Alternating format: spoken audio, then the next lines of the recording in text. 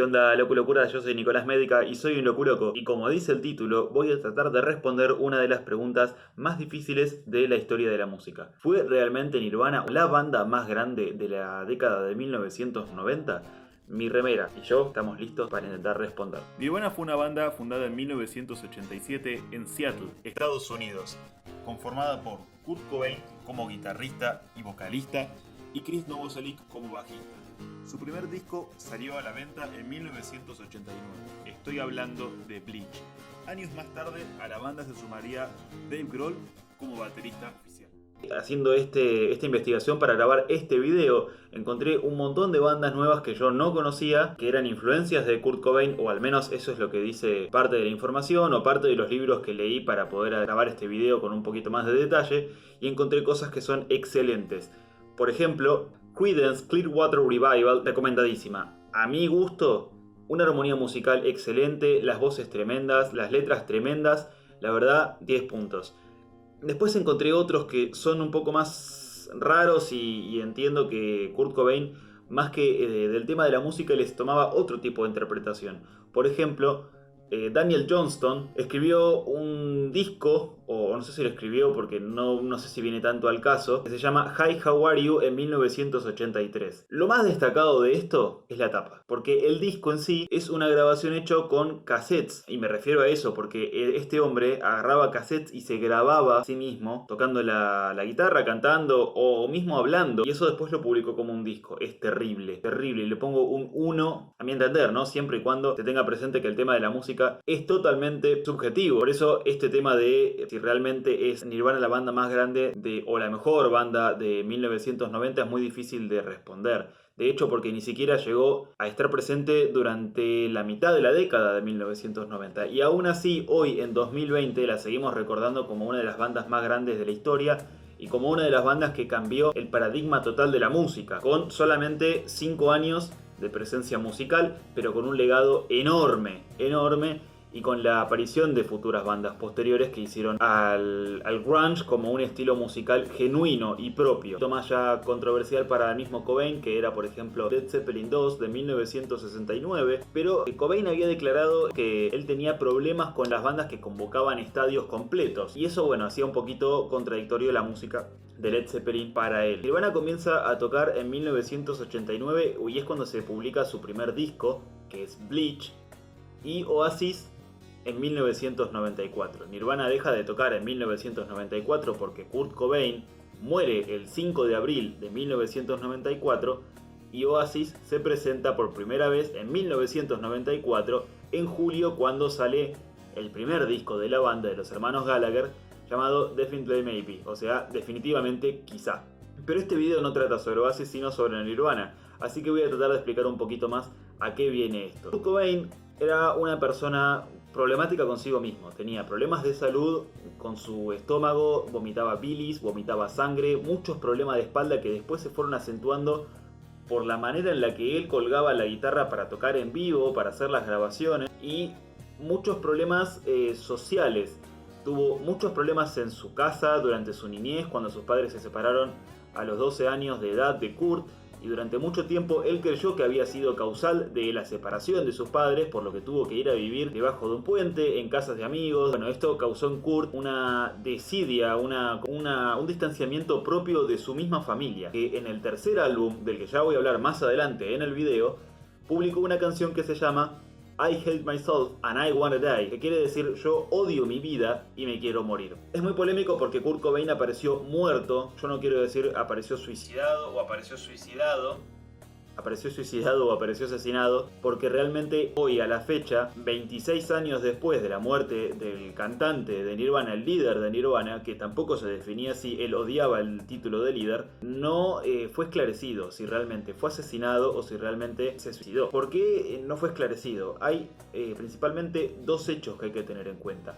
El primero es que Kurt Cobain, cuando se realiza su autopsia, presentaba en la sangre una dosis de heroína demasiado alta como para que él pudiera tener la fuerza suficiente para poder levantar la escopeta, además que él era muy flaco, extremadamente flaco, él tendría que haber tenido, no podría haber tenido suficiente fuerza para levantar la escopeta y ponerla sobre su cabeza donde se hizo el disparo. Volviendo al tema de Kurt Cobain, hizo esta canción I Hate Myself and I Wanna Die, y la letra es prácticamente un chiste, una joda, una broma a toda la sociedad que lo percibía al mismo Cobain como una persona tétrica, suicida, depresiva, con trastornos y demás, ¿no? Él que se burlaba de eso y bueno, publicó esta canción. Lo curioso es que esta canción se reproduce entre el 93 y el 94 en las radios del Reino Unido, y Noel Gallagher la escucha. Noel Gallagher, el líder o el compositor líder de la banda Oasis, la escucha y escribe la canción Live Forever, o sea, vivir por siempre, porque dijo que fue la respuesta automática que él tuvo al momento de escuchar esa canción. Ya volvemos más acá y nos centramos de vuelta en lo que le pasó a Kurt Cobain y a Nirvana cuando publicó su primer álbum. Ellos publicaron Bleach, que es el nombre del disco, y yo particularmente puedo rescatar 4 canciones, que son About a Girl, Blue, School y Love Buzz, que es un cover. No porque el resto del disco sea malo, sino porque son las canciones que a mí más me cautivaron desde que escuché Nirvana por primera vez. La persona que más escucha Nirvana en mi casa es mi hermano, y fue de hecho él quien me lo mostró. Yo tengo los recuerdos de haber escuchado a Nirvana cuando tenía 10, 11, 12 años, no sé con exactitud, y haber dicho que era una porquería porque era puro grito. Ahora entiendo a qué viene todo el tema del grito, que era la expresión que Cobain necesitaba sacar de sí cuando expresaba su arte, era parte de sí. Es un disco bastante sobrio, yo digo 8 puntos, ¿no? En una escala del 1 al 10, que alcanzó solamente el puesto 89 en el Billboard norteamericano, en la tabla de medición de los éxitos, de los discos exitosos de Estados Unidos. Es Nirvana crudo, es la esencia de Nirvana, lo que Nirvana realmente era. Nirvana tuvo 3 épocas. Bueno, al tener 3 discos de estudio tuvo 3 divisiones, a mi entender. Bleach, que es la etapa cruda de Nirvana, Nevermind, que es la etapa en la que Nirvana se produce para salir al mercado, e In Utero, que es la etapa en la que Nirvana ya muestra toda su consolidación, y es donde termina realmente Nirvana, porque meses más tarde de la publicación, casi al año de la publicación, es cuando Kurt Cobain aparece muerto. En el medio de todo eso, entre que sale Bleach y Kurt Cobain aparece muerto, si no me equivoco, 5 años, pasan un montón de cosas en lo que a Nirvana respecta. Una visita a Argentina, que también es muy polémica por todo lo que pasa en el medio. Entonces, a mi juicio, es el álbum más crudo de Nirvana por su nivel de composición y su música. Yo lo recomiendo totalmente a alguien que quiera conocer Nirvana, que nunca los haya escuchado, porque de hecho hice una encuesta en mi Instagram, que lo voy a dejar por acá. Acá puedo dejar la encuesta en sí, en la que preguntaba cuánta gente conocía a Nirvana de las que me sigue y si les gusta o no les gusta. Ya en la década de 1990, Nirvana presenta Nevermind en el año 1991. Sale el 24 de septiembre. Es la obra de Nirvana, la obra maestra de Nirvana por excelencia, comercialmente hablando. Según la revista Rolling Stones, es el mejor disco de la década de 1990. Cuando me dieron esto, porque What the Story Morning Glory claramente no podía quedar fuera de ese top. Del top 1, para mí. Tiene grandes himnos de la historia de la música como As You Are, como Lithium y por supuesto Smell Like Teen Spirit, o sea, huele como espíritu adolescente. La historia de esta canción es realmente bastante básica y rudimentaria. Kurt Cobain salía con una chica, al mismo cantante, y sintió que tenía el aroma de un desodorante. Muy comprado, muy comercial de la década de los 90 en Estados Unidos. A lo que escribió directamente en la pared: Kurt smelled like Teen Spirit, porque el desodorante se llamaba Teen Spirit, o sea, espíritu adolescente. A ver, la canción en sí no es que sea mala, sino que la repetición y la comercialización de la misma hizo que ya perdiera y careciera de su efecto. Es bastante básica y rudimentaria, los acordes están compuestos, para quienes entienden de la composición de música y de instrumentos en sí, de la ejecución de los instrumentos. Es una canción que está compuesta en intervalos de quinta, no tiene mucha ciencia. Tiene 2 riffs, si no me equivoco, y solamente intervalos de quinta, igual que el bajo que acompaña la guitarra y la batería. Es bastante llana y lisa. Y la letra realmente no tiene ningún tipo de sentido. A ver, quizás sí cuando uno la lee de manera lineal, pero no puede encontrarle una interpretación un poco más profunda y más abarcativa con respecto a lo que pregonaba Kurt Cobain con las ideologías de no al racismo, no a la discriminación a los homosexuales, no de la discriminación. Vos discriminás a la gente si sos anti esto, anti lo otro, no te presentes directamente en nuestros shows. Era una persona muy deconstruida ya para la década de los 90, en lo que todavía se vivía cierta tensión en cuanto al racismo y a la clasificación social. Esta canción en particular tiene en YouTube, solamente en YouTube, tiene 1053.656 reproducciones en YouTube. Volviendo a la hermosa comparación entre Oasis y Nirvana, podemos encontrar que Don't Look Back in Anger y Wonderwall, que son las dos canciones más representativas de Oasis del segundo disco What the Story y Morning Glory, tienen 258 millones y 145 millones de reproducciones en YouTube respectivamente. Sumados al total son 403 millones de reproducciones. Ni sumando las dos canciones más grandes de Oasis, se puede alcanzar la canción más escuchada de Nirvana, por alrededor de 600 millones de reproducciones. Eso es un número bestial. La segunda canción más escuchada de Nirvana, más conocida, es Come As You Are, que tiene ya de por sí 356 millones de reproducciones, es decir, alrededor de 100 millones de reproducciones más que Wonderwall, que es la canción más escuchada de Oasis. Pero basta de hablar de Oasis y de Nirvana y de compararlos y de Noel Gallagher y Kurt Cobain. Vamos a centrarnos realmente en lo que es el tema del video, que es Nirvana. En 1992 vienen por primera y única vez a Argentina. Se presentaron en Argentina y en Brasil. No fue en el marco de una gira, sino directamente como shows esporádicos que decidieron hacer en el concepto de un viaje de fin de semana. Se presentaron en Argentina y fue marcado como uno de los shows más polémicos de la historia de nuestro país. Reconocido por varios artistas como el mejor público del mundo, quedan sorprendidos, anonadados, sin palabras o como le quieras decir, por las actuaciones de los públicos, no de las bandas que se presentan en Argentina, sino de los públicos que asisten a los estadios, a los teatros, a los anfiteatros a verlos y responden de esa forma. Yo particularmente estuve en 3 shows, los 3 de Noel Gallagher porque fanático siempre, Noel, ya voy a hacer un especial sobre Noel, y el público reacciona de una manera que vuela la cabeza. Y ellos, viniendo de públicos o viniendo de ciudades donde son tan distintos culturalmente, sobre todo los ingleses y los norteamericanos, que son fríos, son gente distante, son gente que entienden que no tienen que salir de la casa y abrazarse durante el coronavirus. Chiste mal. Provoca eso. Provoca que cuando vienen acá se queden con la boca abierta, no pueden entender lo que les pasa. Pero el de Nirvana fue la excepción.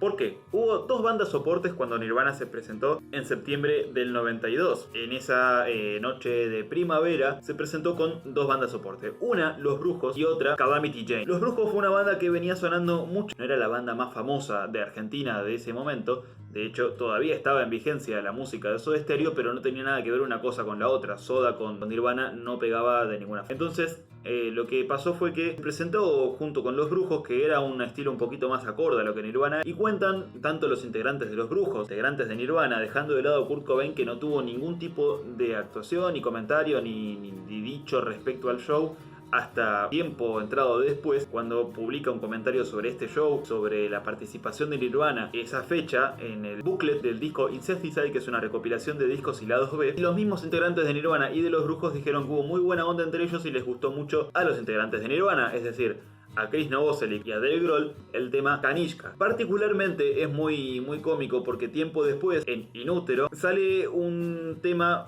de Nirvana llamado Very Ape, que es un plagio, una emulación de lo que fue realmente Kanishka. Son los mismos compases en la guitarra, es la misma introducción, es idéntica, pero bueno, hecho a la versión de Kurt Cobain, en inglés y con una letra propia. Pero el ritmo es lo mismo, es exactamente lo mismo. A la gente que no sabía esto, los invito a escucharlo y disfrutar de uno de los mejores temas de nuestro rock con muy poquita popularidad. Volviendo al tema del recital, ¿por qué fue tan nefasto, tan polémico? El público argentino estaba ansioso por ver a Nirvana, era la banda sensación del momento, se había presentado en el estadio José Amalfitani en Vélez, para la gente que no es de Argentina. Había alrededor de 20.000 personas y estaban, como era la segunda banda y era una banda conformada por mujeres en Argentina, había todavía mucho machismo en nuestra sociedad, un detestable machismo, atacaron a las mujeres de la banda Calamity Jane, que era una banda de punk rock, atacaron tirándole monedas, tirándole piedras, mostrándole sus genitales, por lo que tiempo después las integrantes de Calamity Jane y los integrantes de Los Brujos entendieron que el ataque no se debía a la ansiedad por ver a Nirvana ni por la actuación de Calamity Jane arriba del escenario, que de hecho no por ese recital en sí, porque no pude encontrar ni un solo video, sino por lo que escuché después en YouTube. Son excelentes músicos, excelentes ejecutantes, cantantes, tienen una excelente banda, te la recomiendo a todo el mundo, sino que era más bien una cuestión de género, por eso atacaban a Calamity Jane. Entonces Nirvana lo que hizo fue ofrecerle, o de hecho pensaron en no presentarse a tocar, pero entendieron que para la banda en sí y para toda la gente que había puesto mucho dinero para que la banda se presentara, iba a ser un desastre. Pasó algo, ¿cómo decirlo?, muy particular. Nirvana no presentó su éxito más grande, que es Smell Like Teen Spirit. La banda desistió de tocar ese tema, que es el himno de Nirvana, pero a cambio, no sé si a cambio, como para completar el set, lo que hizo fue tocar temas inéditos que no había tocado nunca. Cobain, enojado por la reacción del público argentino ante la banda amiga, amagó a tocar Smell Like Teen Spirit en hasta 6 ocasiones y nunca lo terminó de hacer. La gente, cuando comenzaba a ponerse contenta porque iba a sonar el tema, Cobain dejaba de tocar y tocaba cualquier otra cosa que no tenía nada que ver con Smell Like Teen Spirit. Tiempo después, en Incesticide, en el booklet, que es lo que está al costado del disco, cuando uno abre la tapa, encuentra esa especie de librito, dedicó un párrafo que decía que ellos podían estar contentos por bla bla bla bla bla, muchas cosas, no sé qué, no sé cuánto, pero que de hecho estaban contentos por llevar a una banda como Calamity Jane para que 20 macho man, o sea, machitos, como podría decirse acá, machirulo, el término machirulo que es tan usado hoy en día, atacaran a Calamity Jane como banda soporte en Argentina, porque lo especifica, dice en Argentina. Así que por eso es uno de los recitales más nefastos de nuestra historia y de los de la historia de Nirvana. Dejando de lado eso, se presentaron dos últimas cuestiones, ¿cómo decirlo?, icónicas dentro de lo que fue Nirvana en sí, que fue el lanzamiento de In Utero, que es un disco muy particular también, no solamente por ser el último de Kurt Cobain, y el MTV Unplugged, que también es muy controversial para la gente misma que sigue tanto a Nirvana. Vamos por partes. Primero lo del tema del disco In Utero. Tuvo alrededor de 6 grandes éxitos, a mi entender, lo que a mí me gusta particularmente, y de las canciones que yo le recomiendo a la gente que quiere conocer el disco. Heart Box, de hecho, no es una de mis canciones favoritas, pero la incluyo en la lista de estas 6 porque fue la canción que más revuelo tuvo comercialmente hablando dentro de lo que es In Utero. Entonces, cuenta con Heart Box, Rape Me, que es una canción anti-violación. Él explica lo que la víctima siente cuando es violada, por eso responde de esta forma el título Rape Me, que es Viólame, a las acusaciones de la gente que lo acusa de apología de la violación, o sea, de la defensa y de la incitación a la violación. Bury Ape, este tema que yo estaba nombrando recién por el tema de Calamity Jane, Penny Royalty y All Apologies. All Apologies es un tema muy particular, porque All Apologies es una especie de balada muy distinta, primero que es muy distinto a todo el disco, y segundo que es muy distinto a todo Nirvana. Cuando uno lo escucha en sus dos versiones, en la versión original y después en la versión de MTV Unplugged, entiende que Kurt Cobain no era solamente esa faceta de chico malo o chico drogadicto, incomprendido, violento, punk, ¿cómo decirlo? Bueno, en sus diversas facetas, ¿no? Kurt Cobain era mucho más que eso, fue mucho más que eso, y lo demuestra con All Apologies. Y para terminar, esto que fue Nirvana, el fenómeno Nirvana, en 1993, para terminar en ese momento, porque Nirvana sigue. De hecho, esta remera la compré en 2018. O sea, imagínense que si Kurt Cobain murió en el 94 y la remera la compré en el 2018, porque el fenómeno Nirvana explotó y sigue explotando y va a explotar por muchos años más. Comercialmente hablando y musicalmente hablando, Kurt Cobain dejó un legado que es imposible de evitar. Como no quería seguir haciendo un análisis tan extenso y tan minucioso de lo que realmente fue Nirvana en sí como banda, lo que busqué, ¿cómo decirlo?, divertido fueron los facts, los hechos curiosos y las curiosidades de lo que fue el MTV Unplugged. Esto trajo también otro tipo de controversias por parte de los fans o la gente que lo seguía a Kurt Cobain, porque entienden primero que la banda se vendió a la cadena, vendió su música porque ellos pregonaban estar en contra de lo que MTV decía, que era la masividad de la música, ideología respecto a la música como que tenía que ser vendible y demás. Entonces los fanáticos de Nirvana se opusieron con respecto a eso. Dijeron como que habían vendido el alma al diablo con esa metáfora. Kurt Cobain cayó a la grabación con una recaída de su abstinencia, de su recuperación de drogas. La cadena MTV tenía miedo que el show, la grabación, cómo decirlo, el disco, era mal porque solamente practicaron, esta hoja se me cae el machete y se me pudre todo porque realmente no acuerdo todos los datos. Practicaron una sola vez en todo antes de grabarlo. El cardigan, que es la ropa que usa Cobain, ese abrigo que usa Cobain, fue subastado hace no mucho tiempo y resultó para una subasta de un poquito menos de $1 millón. Se editaron temas y se hicieron temas que no se habían tenido la oportunidad de escuchar en otro formato que no sea con la guitarra pura eléctrica y distorsionada de Cobain, como About a Girl y Jesus Don't Want Me for a Zombie y The Man Who Sold the World, que son dos covers de Mr. Me Puppets y de David Bowie, respectivamente.